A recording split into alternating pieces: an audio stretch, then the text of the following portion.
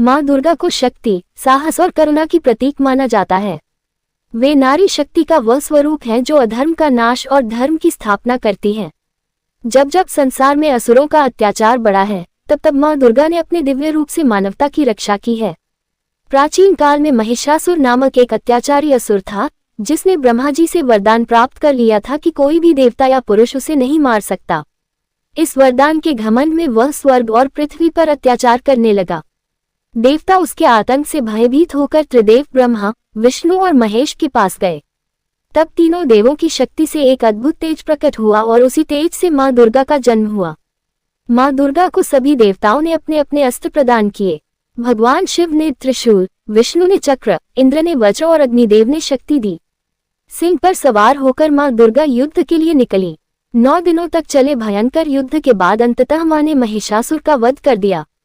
इस विजय के उपलक्ष्य में ही नवरात्रि और विजयादशमी का पर्व मनाया जाता है। माँ दुर्गा केवल युद्ध की देवी नहीं है, बल्कि वे करुणा और ममता की भी मूर्ति हैं। वे अपने भक्तों को भय से मुक्त करती हैं और जीवन में नई शक्ति भर देती हैं।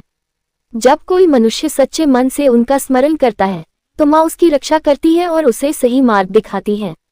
माँ दुर्गा हमें ये सिखाती है कि बुराई चाहे कितनी भी शक्तिशाली क्यों न हो, अंत में सत्य और न्याय की ही विजय होती है। उनके 9 रूप शैलपुत्री, ब्रह्मचारिणी, चंद्रघंटा, कुष्मांडा, स्कंद माता, कात्यायनी, कालरात्रि, महागौरी और सिद्धिदात्री जीवन के हर पहलू में शक्ति, धैर्य और विश्वास का संदेश देते हैं। अंत में यही कहा जा सकता है कि माँ दुर्गा केवल एक देवी नहीं, बल्कि हमारे जीवन की प्रेरणा है। वे हमें सिखाती है कि साहस,